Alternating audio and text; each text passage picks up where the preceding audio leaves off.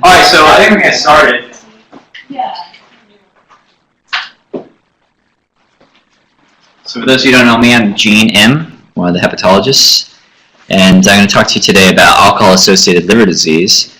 My talk used to be called alcoholic liver disease and other things like that, but you'll see in the recent EASL guidance for the treatment of alcoholic liver disease, they actually put a chart in there saying that because we're trying to get away from the concept of things like the alcoholic, or recidivism, sort of negative pejorative terms for patients that have a disease. It's not a choice per se. That we're trying to make it more fair to these patients and not label them as such. So there's a movement from EASL to call it alcohol-related liver disease, including alcohol-related hepatitis. And you'll see soon from ASLD, probably related to the NIAAA's sort of initial description as alcohol-associated. So there'll be a European, American fight about that. But either way, the point is the same. So my objectives today is to talk about the landscape of alcohol-associated liver disease, the burden of disease. I'll touch upon that a little bit because Jerry and I were just talking that there's been some interesting data coming out about that, the implications of this changing landscape, and then we'll switch to an update on alcoholic hepatitis. For the fellows, a little update about prognosis, refinement of therapies, temporal drivers of mortality that have just come out. And then I'll end with a discussion about early liver transplantation for alcoholic hepatitis, about this controversial and relatively new indication for transplant, the evidence behind it, the impact and the future directions that I think that we should be going in this field, which we've been, I think, a big part of. So I wanted to start the talk off by some headlines, okay? There's a lot of things in the news nowadays, all right? So something that came out over the summer were these headlines from the New York Times and CNN. So, more Americans are dying of cirrhosis and liver cancer. This shouldn't be necessarily that surprising, but sort of a subset, sort of a sub-analysis of that is that these patients are really young patients, right? Young Americans who are really feeling the brunt of this increase impact. So Ellie Tapper from Michigan published this article in BMJ over the summer, and this is what these headlines are remarking upon. They used CDC and death certificate data of a pretty recent time frame here, and they found that the annual deaths from cirrhosis increased by more than 50%, all right, which is quite remarkable, and that the largest increase were in patients who are very young, all right. You can see here, this is a kind of a weird, I cut off this graph to make it easy for you to see, but you can see alcohol-related liver disease here. They use the European term, right? So in the middle, light blue, all right? The increase in this age group was about 10%, right? So you can also, amongst the same age group here, liver disease in general in this age group went up about 10% as well. So you could see that the contribution of the mortality increase in liver disease was almost all of it was related to alcohol-related liver disease, not other etiologies. All right, so it's a big driver of mortality, and the increased mortality was greatest seen in patients of Native American ethnicity, Caucasian Hispanics, and patients in the southern United States. All right, so we had suspected this, but this is something that in terms of seeing it from a transplant perspective on the end stage. But now there's some epidemiologic data that does support that. I mean, there's some limitations to this, but this is something that is consistent. And some other data from also from University of Michigan, from Jessica Mellinger's group. She looked at, well, Anna Luck's group, right? Jessica's a friend of mine, so I'll call her her group. So over a similar time period, looking at kind of the best case scenario, privately insured patients, all right? She also found rising prevalence of cirrhosis, particularly in alcoholic cirrhosis. These are statistically significant. And remarkably, a 50% of alcohol cirrhosis prevalence in women, all right, and a 300% in those who are young. So data that is quite similar to her colleague Elliot Tapper's data, all right, looking nationwide. And if you compare patients that had presented to the hospital, this is, she looked at particularly at first hospitalization, and then following them afterwards, compared to those that did not have alcohol-related cirrhosis but had cirrhosis. They were sicker, they had more admissions, including repeat admissions, and then almost double the healthcare cost versus non-alcohol-related cirrhosis. Okay, and you can see here the prevalence where alcohol cirrhosis is increasing. All right. This is another depiction of how the increase in women is also impressive over time as well. So we're seeing young patients, subgroups who may not traditionally be considered, quote, alcoholics, but now they're becoming an issue. What about globally? You know, this is an older slide from the World Health Organization, all right? But alcohol-related liver disease and alcohol in general does contribute to a significant proportion of alcohol, all right? We talk a lot about the opioid epidemic and you know, new illicit drugs coming out and things like that, but just a reminder that there's still a lot more alcohol-related deaths than overall drug overdose deaths in the United States still, all right?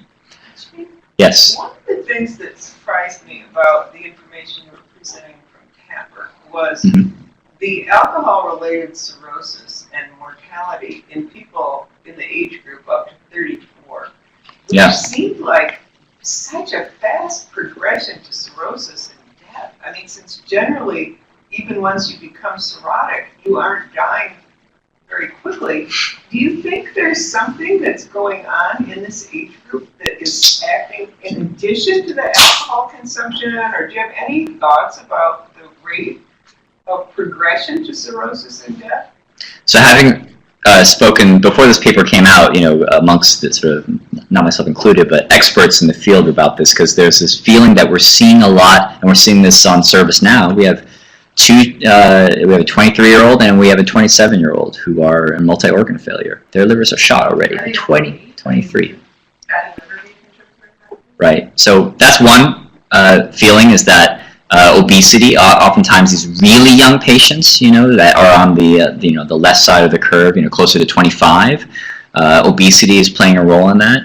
I'll tell you that of those who practice near reservations and in the Midwest, it's well known that patients that have that are Native Americans that live on you know, in very sort of traumatized social settings also have some component that's driven by you know, this kind of psychiatric kind of issues as well. But I think, you know, medically speaking, probably it's the obesity. You know, and maybe it's a cultural shift, perhaps. You know, the recession was difficult on patients.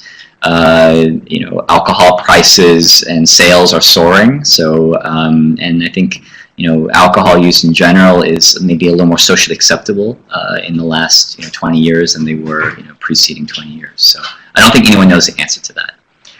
But I do think that maybe some better profiling. They didn't look at factors that were associated with these deaths, such as BMI. They didn't do a risk factor analysis to find out what the characteristics were of the people who were dying of alcohol-related cirrhosis. I don't believe so. No, they did. She's your friend, so you could find out. Yes, yes. Well, he's not my friend. Yeah. But we could add, I think they do conjecture about it though, you know, what's the cause of it. And they spent a lot of time in the article talking about the recession playing a big role in terms of, you know, those who are, you know, growing up in that and coming out in the workforce, they're not finding jobs, you know, and this is the right age group for that. So I think that that in their minds that played a role. Do you know if there's any data that suggests that this group patients have a different pattern of alcohol consumption compared to other ones? Or binge drinking? Yeah, we don't have that data. We don't have that data. Yeah. I'll just end here by quickly saying that well, we know cirrhosis can lead to mortality, okay? But worldwide, half of mortality in cirrhosis is alcohol related. It's not Hep C, it's not these other common liver diseases. You know, if you're going to die, then half the time it's going to be related to alcohol if you have cirrhosis. And you can see in the UK that is much more impressive. Okay? And it's not just related to alcohol-related liver disease, but it's also related to cardiovascular events, diabetes, cancers as well. All right, so it plays a big impact. So in general, we're not very good at diagnosing alcohol disorders, which will then eventually lead to alcohol-associated liver disease. All right, and this is an example from what was called the CASA National Survey, which came from Colombia. You looked at a huge sampling of PCPs, including OBGYNs, sort of frontline providers, gave a classic clinical vignette of early alcohol abuse, and only 6% put alcohol abuse in the top 5 differential. And if the patient vignette, the patient was a woman, then it's even less likely to be picked up because women don't have any issues with alcohol traditionally, right? So I just showed that that's not the case. So other striking things is that less than half even ask about alcohol at all during annual physicals. I'm sure they're asking about smoking, but less so about alcohol. So I think we could do better. This is old data, but I'm sure a lot of it still applies. We don't use alcoholism, alcohol abuse, alcohol dependence anymore with the DSM-5 that came out a couple of years ago. Now it's called alcohol use disorder, or AUD. There's 11 criteria. I'm not going to go through all of them, but you can delineate them as mild, moderate, or severe subclassifications, including this new craving question, which wasn't there in the past. So this is something that we should be using, but in our terminology rather than these older terms. Right? So how do you detect alcohol use disorder if you're a primary care physician? Many of you have heard the CAGE questionnaire. There's the Michigan alcohol scale, which is so small you can't even read it, right? It's very difficult to administer this. And then you have the Audit C, the alcohol use disorder identification test. That's the condensed version, all right, which actually is probably the best and easiest to administer. How often you have a drink, how many standard drinks do you have, how often do you have 6 or more drinks on one occasion. But even if that is too onerous, then stick to the last question. How many times in the past year have you had 5 for men, 4 for women, more drinks in a day? And if it's positive, then this can be relatively sensitive, though not very specific for alcohol use disorder. So it's something to use sort of. So this is better than asking like how many per week? How many drinks you have per week? I think this is more for primary care as a single screening test. If you have no time and you have one test, one question to ask, it's probably this, because if you go into weeks, how many drinks per week, then you get into issues like this, which is, I don't really know the terminology. I drink half a pint, per week. Well, how many drinks is that? If you don't really understand the terminology behind that, and those who are heavy drinkers or on the borderline, they're not buying, a 6-pack every once a month. They're going to be using spirits or alcohol that is going to be a little bit less easy to quantify, all right? And so that's why when you kind of say per week, and then they say, well, it depends, I'm on vacation, every other day, social events, but at the summertime, very difficult to kind of assess that. So I think, the feeling is that if patients have sort of these kind of binge type drinking patterns that's relatively frequent, that can be pretty sensitive. But again, not specific. So you kind of have to know the lingo, a fifth, a handle, things that you get at Costco, dividing them by week, these are the things that allow you to understand the unit of injury, right? It's hard to answer that question if the patient, him or herself, cannot answer that for you. So then we talk about defining safe drinking, all right? And this is what a lot of the NASH trials are also sort of allowing for, is that this is the low risk of alcohol use disorder, not liver disease, according to the NIAAA. All right, so basically 1 or less drinks a day for women, 2 or less drinks for men. That's for a use disorder. And then for alcoholic liver disease, this is sort of a famous study that was out of Scandinavia that looked at when you take patients and you interview them about the amount of drinks that they have, you can see that there's a change in the slope of the curve earlier for women than it is for men. All right, and so this change here at 1 to 2 drinks a day suggests that the volume of distribution, the alcohol-related injury, perhaps the presence of estrogen will affect the livers of women differently than men, and so therefore there's a discrepancy in the recommendation for safe consumption or moderate consumption of alcohol. All right.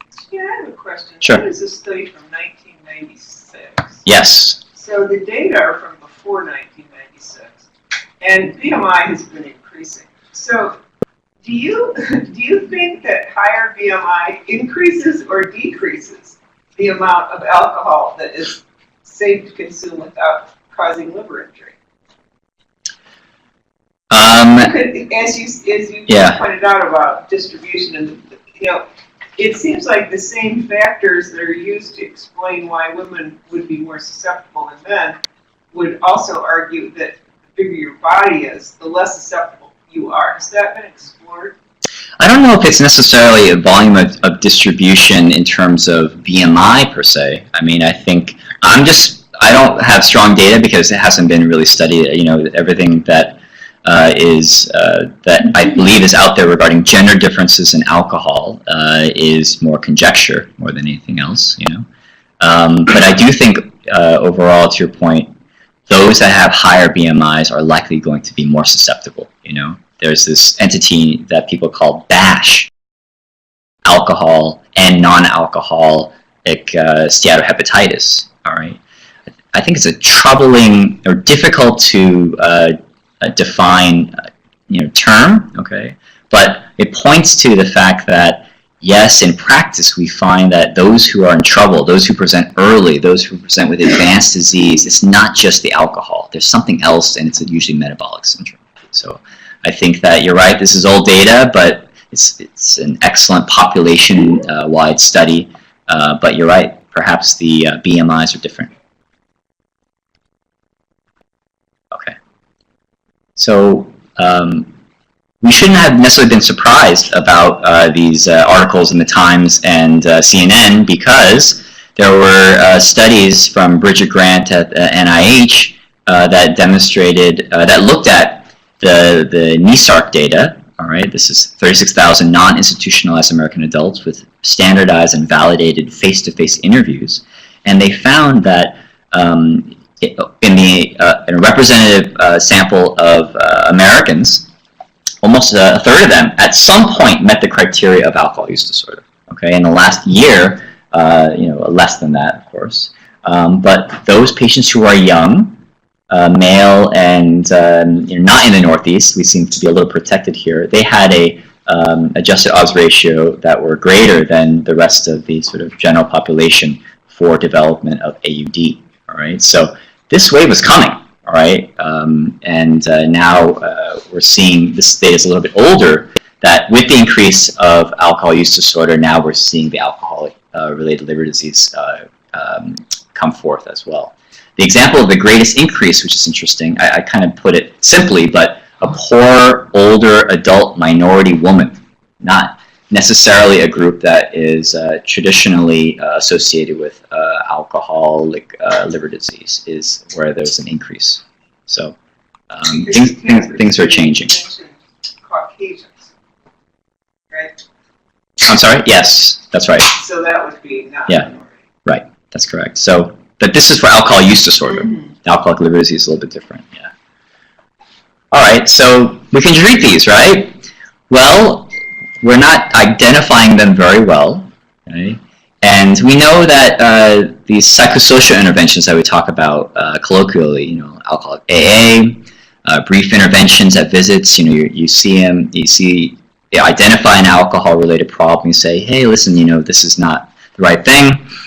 You should really try to cut down. Cognitive behavioral therapy with medical follow-up probably is the best studied in terms of evidence that have reduced alcohol relapse rates, all right, return to harmful alcohol, okay. We do have some FDA-approved medications for alcohol use disorder, all right. This is not being used, all right. I asked, when I give talks elsewhere, whether this is being used by providers in the room, and it's usually one hand, usually from someone who's been around for a long time. So, so these are FDA-approved medications, all right. Disulfiram is can be difficult to use. Patients don't like it. Naltrexone has a black box warning from the FDA, including inducing of liver failure. Acamprosate, which is probably not, it's which makes people nervous. All right, I've used it, okay, but it's you got to be careful. Acamprosate can be used once a patient has already established abstinence. All right, not to reduce drinking. All right, and can be rather expensive, and it's 3 times a day. It can be tough to take. All right, now off-label. People give Neurontin or Topamax. And an important note, though, there are no FDA-approved medications for alcohol use disorder in patients that have advanced liver disease. So F3, F4, cirrhotics, there's no medicines that are approved for them. And you would argue that those are the patients who probably need the medicines the most. I should mention that baclofen has been shown to have efficacy and safety in one single clinical trial. Okay, so that is something that we use 10 milligrams TID. It tends to calm people down and maybe help with cravings, especially if that's a part of it. If patients, though, just do it because they're bored or something like that, then perhaps, without cravings, that may not necessarily be the right medicine for them. Okay, so we're a little limited in terms of that. I want to switch gears a little bit. I'm not going to go through this whole thing, but I wanted to point out, and it's a busy slide for a reason, which is there's a lot of different back and forth that occurs in the natural history of alcoholic liver disease, all right, including reversal with abstinence, which we've seen clinically, all right, in terms of reversal from a normal liver to having steatosis and steatohepatitis, all right.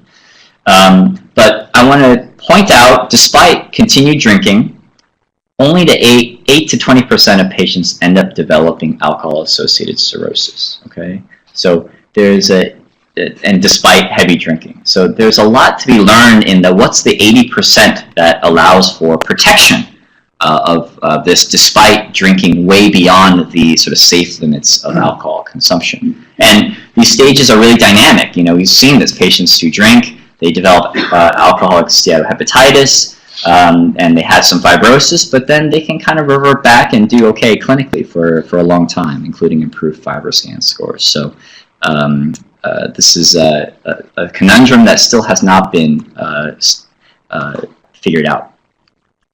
Something that probably is getting closer to answering that is there's been some recent genetic studies looking at single nucleotide polymorphisms, these SNPs, that should be familiar to those in the natural world, right? So PNPLA3, MBOT, TM6SF2, and more recently HSD17B13, all of which are, not surprisingly, related to lipid metabolism in the liver, all right? So perhaps the perfect storm exists in these young patients who we're seeing presenting with alcoholic liver disease that are advanced and dying of that because maybe they had this perfect storm of obesity with some of these genetic factors, some environmental factors like toxins or emotional trauma put together, PTSD we're seeing in our veterans, and maybe that is the scenario in which these really young patients who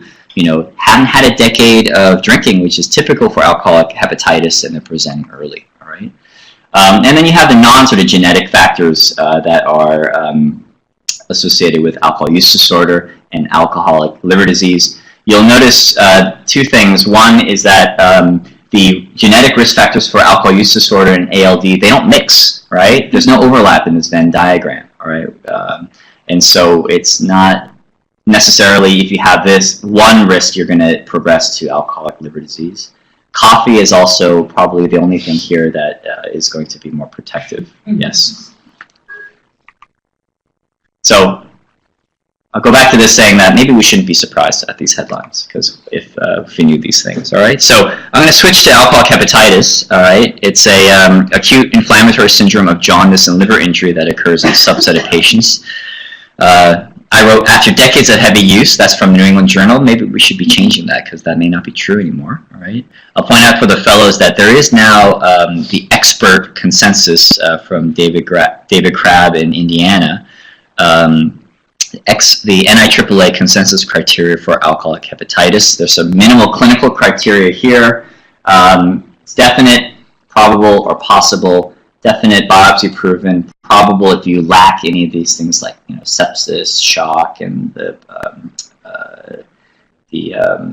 serologies.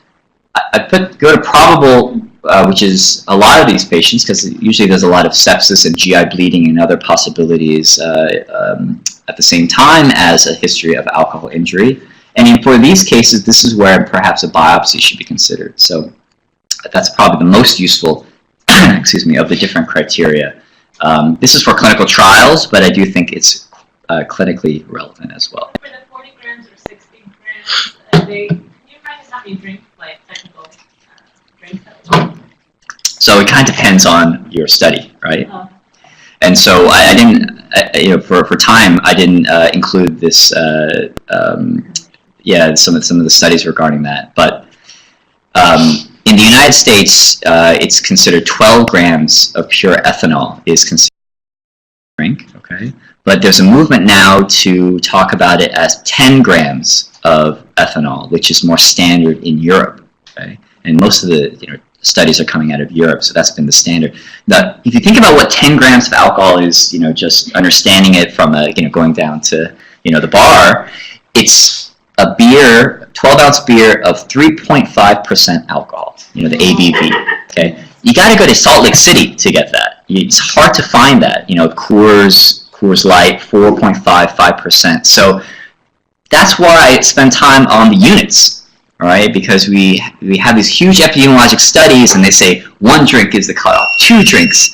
I kind of think it's fake in a way, or it's too superficial to really understand the unit of injury, because that's what you're going to talk to your patient about. But 1 drink of less than 3.5% alcohol, it's not quite right. There's something about how you set those limits that make it difficult to interpret. So, yeah, that's a problem.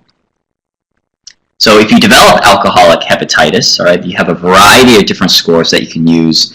This is a busy slide, but I don't want to spend too much time on it, except that they're all very similar to the MELD score, right? So for the fellows, Madrid discriminant functure, ABIC from Spain, Glasgow from the UK, and then the only dynamic score here, which is the allele score. I think there's some house stuff here where we're calculating this, after we give corticosteroids to see if they respond after 4 or 7 days, okay?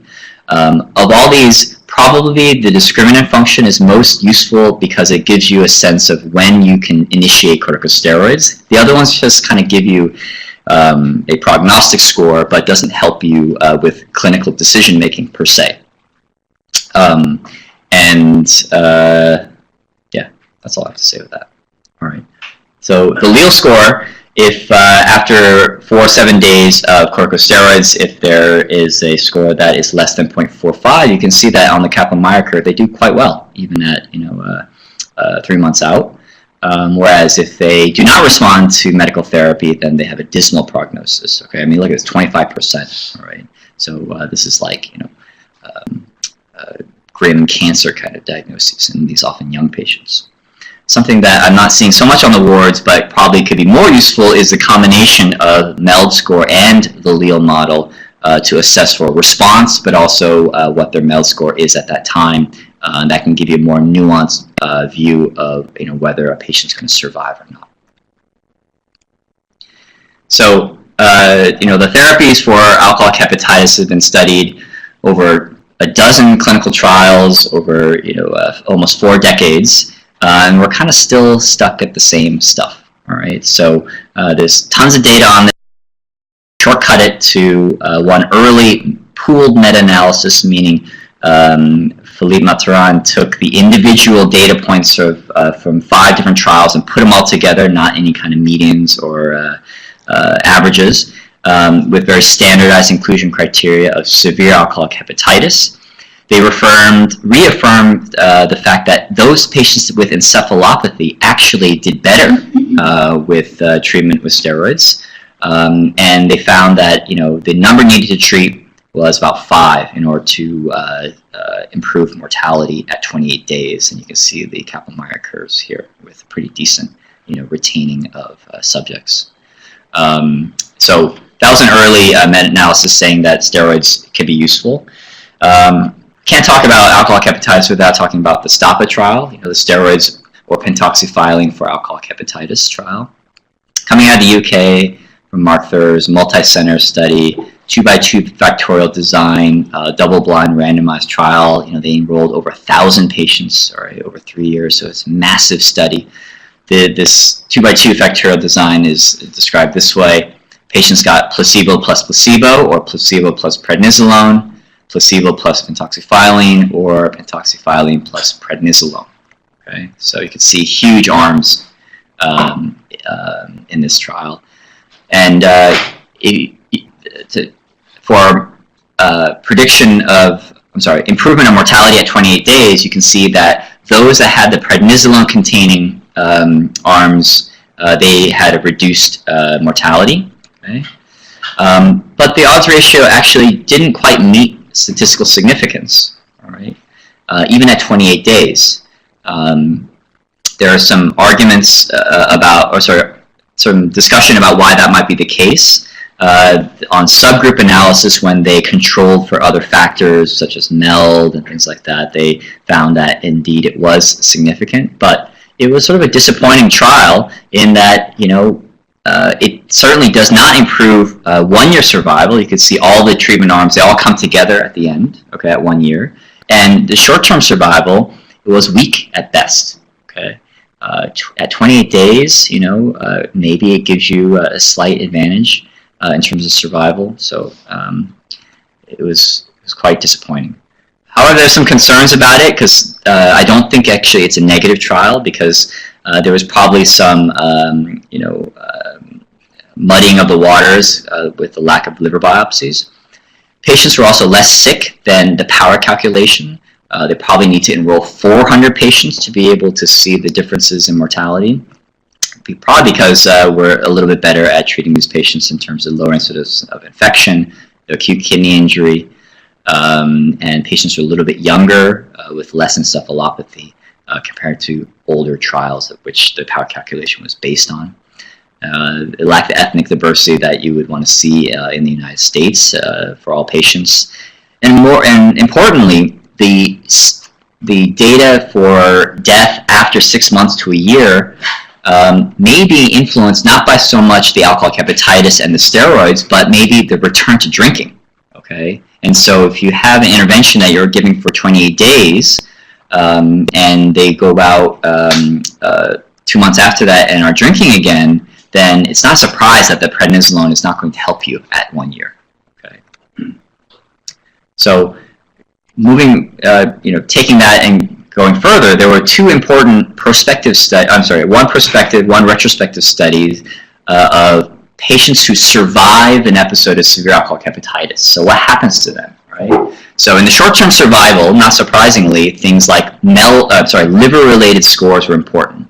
What was their MELD score? Did they respond to steroids? They're probably too sick to relapse from alcohol, all right? So that wasn't as important.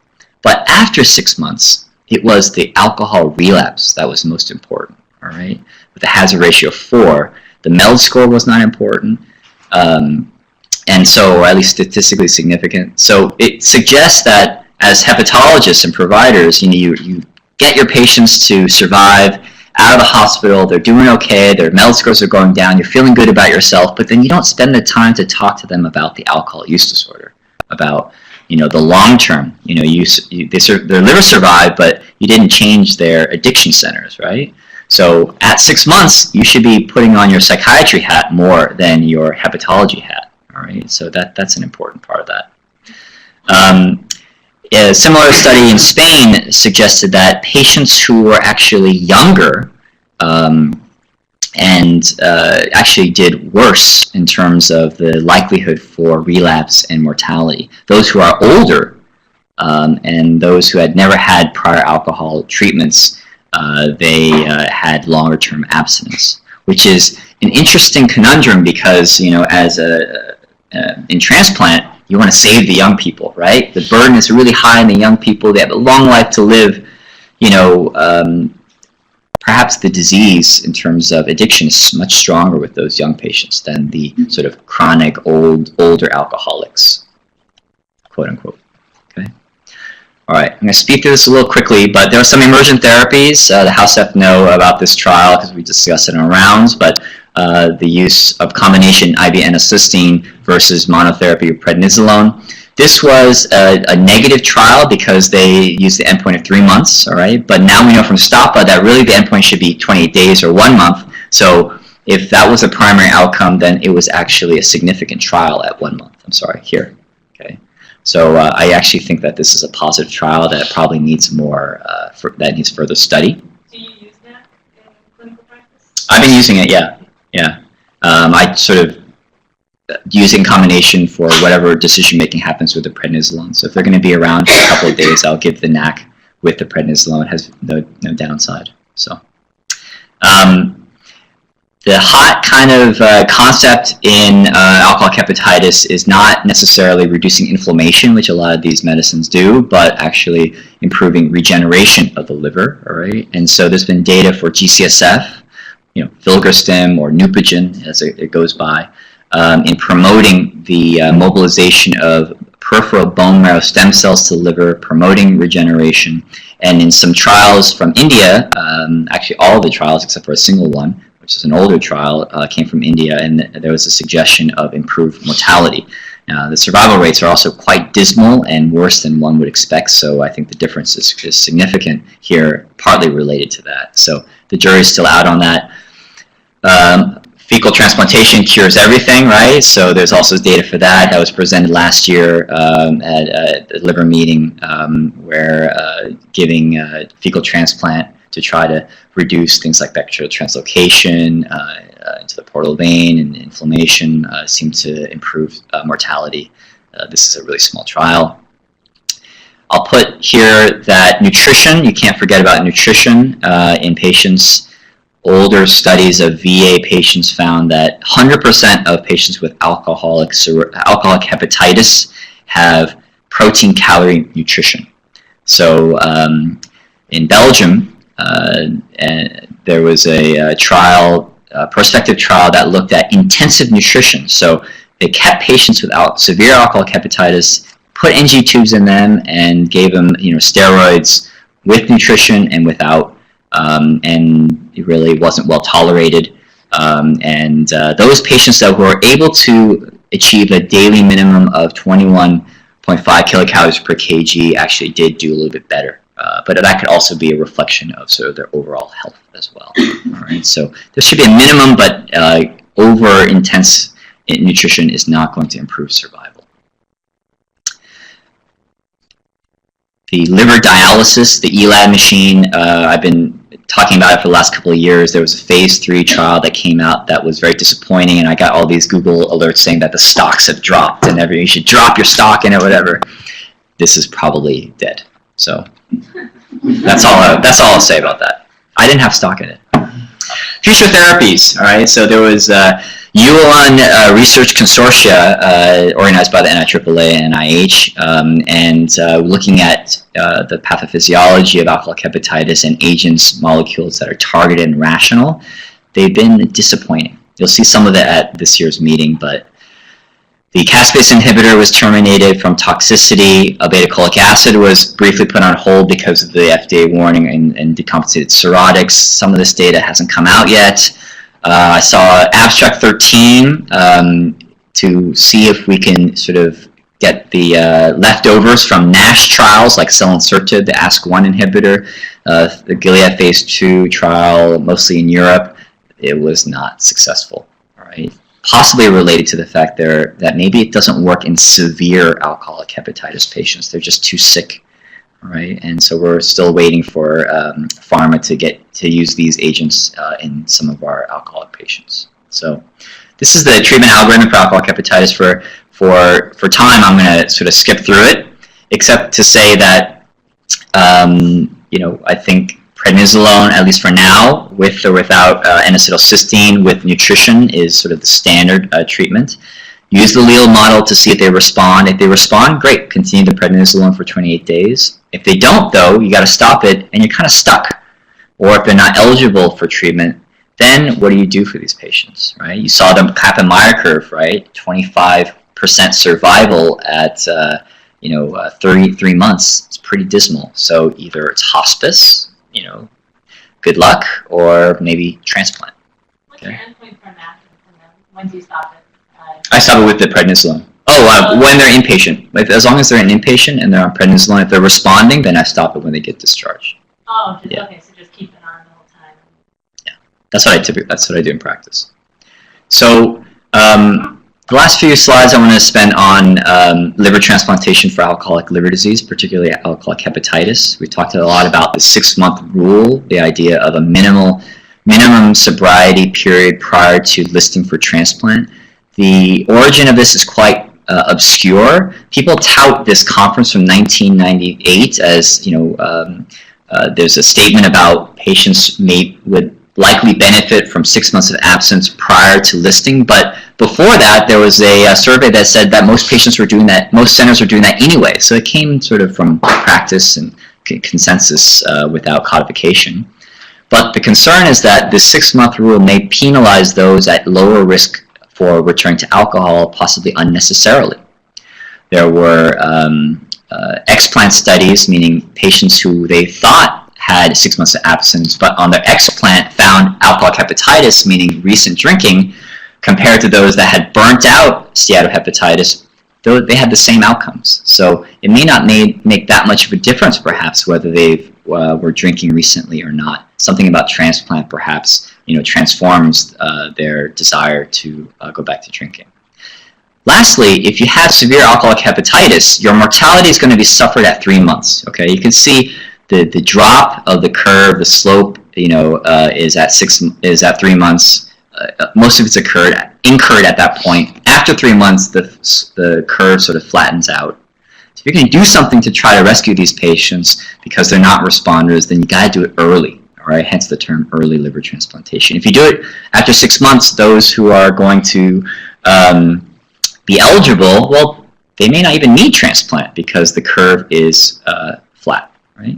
So, Philippe Mataran and his group in France published this landmark article in 2011. Many of you are probably familiar with it.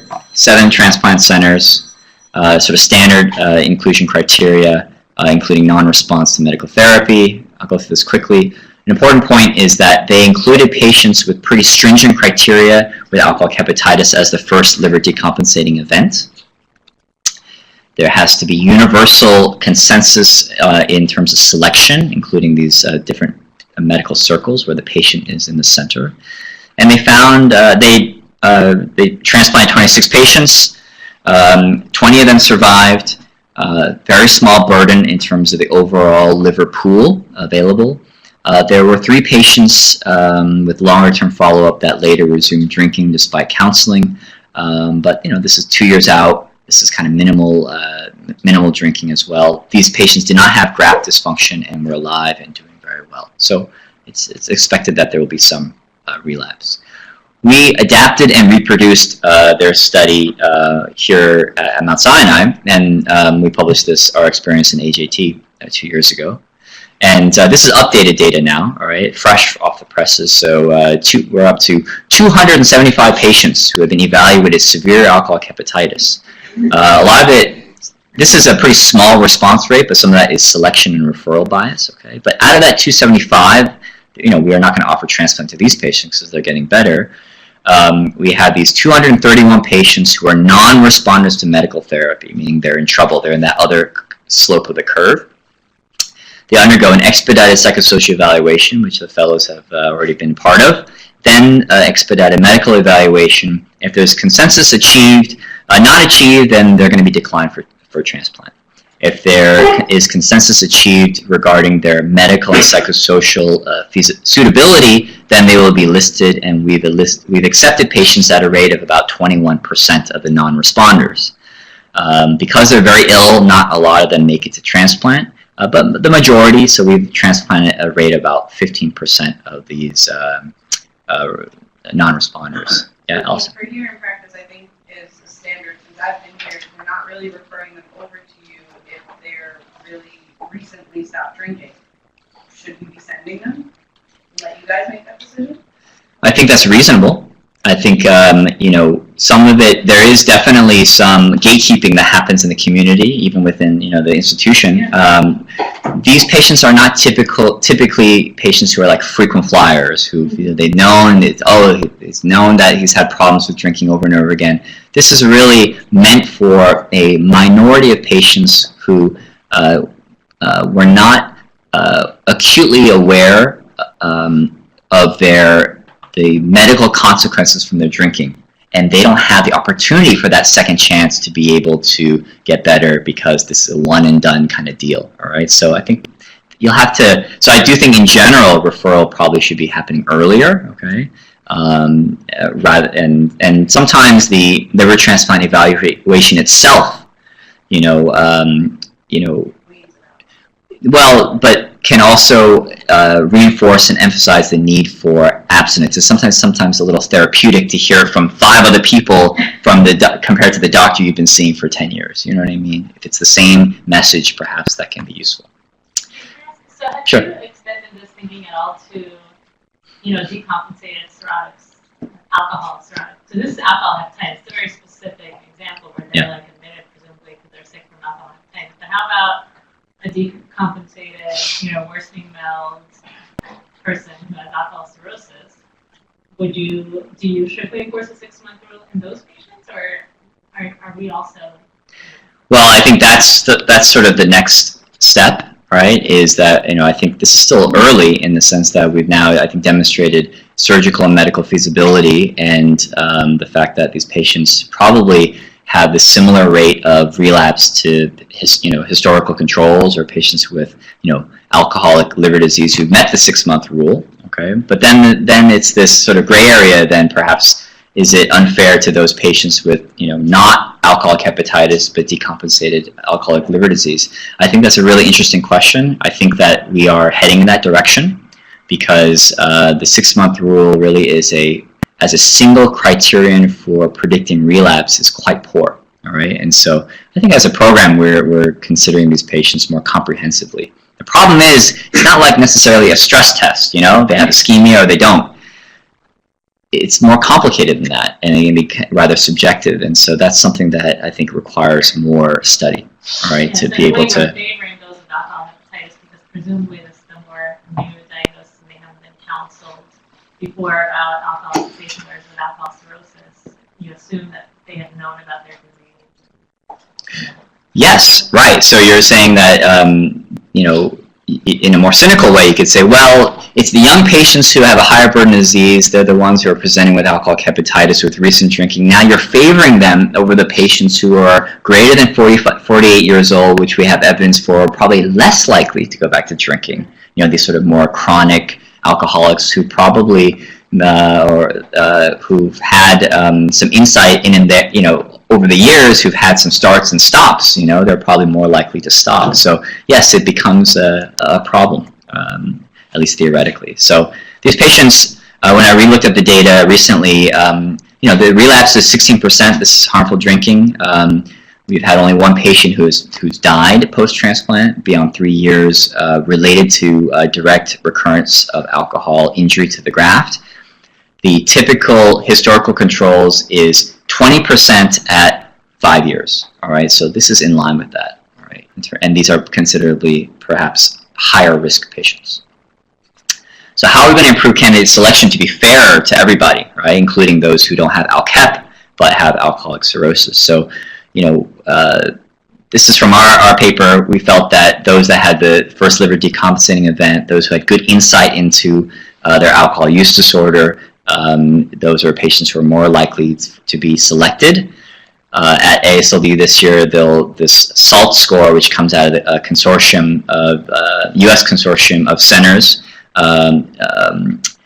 have found that those who present with greater than 10 drinks at presentation, those who've had more alcohol rehab attempts, legal issues like DWIs, illicit drug use like heroin, cocaine, they're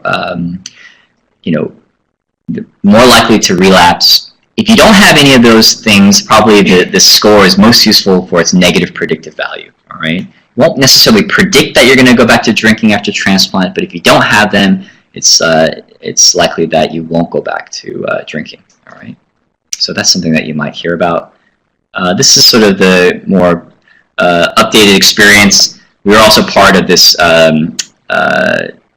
Accelerate consortium throughout the country. You can see the numbers: 147 patients, a lot larger numbers than these small single center trials or retrospective studies. Very sick patients, and you can see 1-year survival, return to harmful drinking, at least retrospectively, is quite low. So we were interested in this. I'll spend the last few minutes on this. We're doing this now as a program. The fellows are getting a lot of phone calls, because the burden is high of AUD, the burden is high for ALD, the burden is high on the fellows to receive these phone calls. These are sick patients, high MELD. What is the impact to us, as a program? Is it something, are we saving lives by doing this? So we looked at 600, almost 700 patients who are new to our center, never seen us before, via hospital transfer, okay, large number of patients, over 5 years or so. And you can see that they tend to be comparing alcoholic hepatitis versus non-alcoholic hepatitis transfers that are new. They're younger. They are sicker in terms of MELD. They tend to actually go on the floor more than the ICU. And their length of stay is longer. Right? This is the IQR. This is not the range. So there are some patients who have stayed here like 9 months or something like that. So and then their inpatient mortality is higher. So they're sicker. Has the floodgates open, so to speak, in terms of transfers? Well, sort of. You can see a 13% annual increase of transfers over time. Okay, this is every 6 months or so. All right, so yeah, I think the community is realizing that we have a program here to offer a rescue therapy for patients. All right, but as I showed you, very few of them are being selected and making the transplant. This is another way of putting sort of the funnel of a lot of patients that really boil down to a small number of transplants. Okay. We also found that it increases the workload of the addiction team. Here it's the social worker and the psychiatrist, so an increase of about 7 hours per month.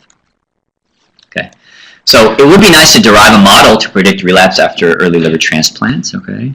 I think that rather than talking about, which we just published, but relapse and not relapse, understanding better the trajectories of drinking after transplant. So for example, we have a patient, one of my patients, who relapsed after 6 months from early liver transplant, had some mild graft dysfunction, and stopped, got better, has been sober now 3 years. So do you capture that as a relapse, which is a negative event, or do you capture that as a 3 to 5 year survival, which is a positive event, right?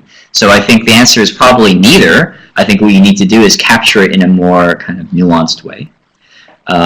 Be interesting to link their addiction and genetic profiles to their outcomes, especially these young patients, to look for those SNPs.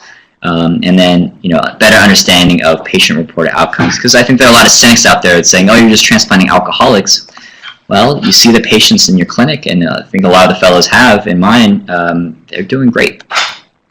So I think that we are seeing a change. Centers are more interested in this. This is data that I gathered historically, where number of centers that have done at least one early liver transplant. I'm not saying they're all doing lots of them, okay, but you can or have done at least one. So there's some interest in sort of dipping their toes into the river here. All right. And now I think that we shouldn't be surprised that there's a component of the rising the rising incidence of, that alcohol has become a more common indication for liver transplantation, especially with the DAA therapy. And there's now several studies that have shown this, where if you, the more recent data has now shown that alcohol as a liver disease etiology is the most common liver disease etiology for liver transplantation in the past 1 or 2 years. It's surpassed Hep C. NASH is still not there yet, okay? But how is this factoring in liver cancer? It is not. Yeah. That's why I'm being very careful about what I'm saying. Everybody, and you get rid of everybody who's getting transplanted for liver cancer, and then you look at the other transplants? You include liver cancer as well as a underlying liver disease diagnosis. And okay. You don't have liver cancer as one of the top 3 indications for liver transplant? This is for underlying liver disease. This is for chronic liver disease. So yes, the answer to and this is where a lot of people make mistakes actually, in manuscripts, is the most common reason for liver transplantation in the United States is still HCC. Okay? But for underlying liver disease, it is now alcohol. All right, and so people don't. I think that's something that needs to be emphasized. I don't think that's correct. Well, I'll take this one with you all. Okay. Because there's another published data that shows that it's Hep C. If you look.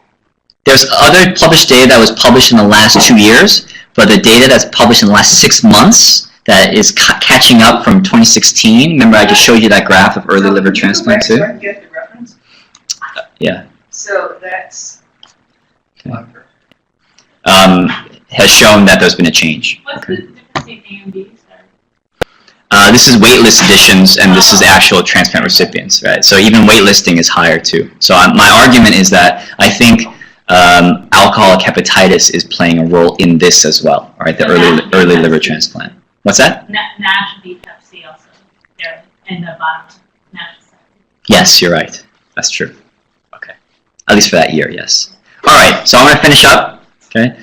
By saying I hope I've convinced you that alcohol use disorder and liver disease causes a heavy burden on global health, particularly now in young people as a trend. Alcoholic liver disease is the leading liver disease etiology for liver transplant in the U.S. We need to detect it earlier, treat it more effectively, use prednisolone, I think, with NAC in terms of reducing 1-month mortality. Then put on your psychiatry hat once you get in better after 6 months. And in severe alcoholic hepatitis non-responders, early liver transplant can be effective in highly selected cases. So that's where I'll end. Thank you.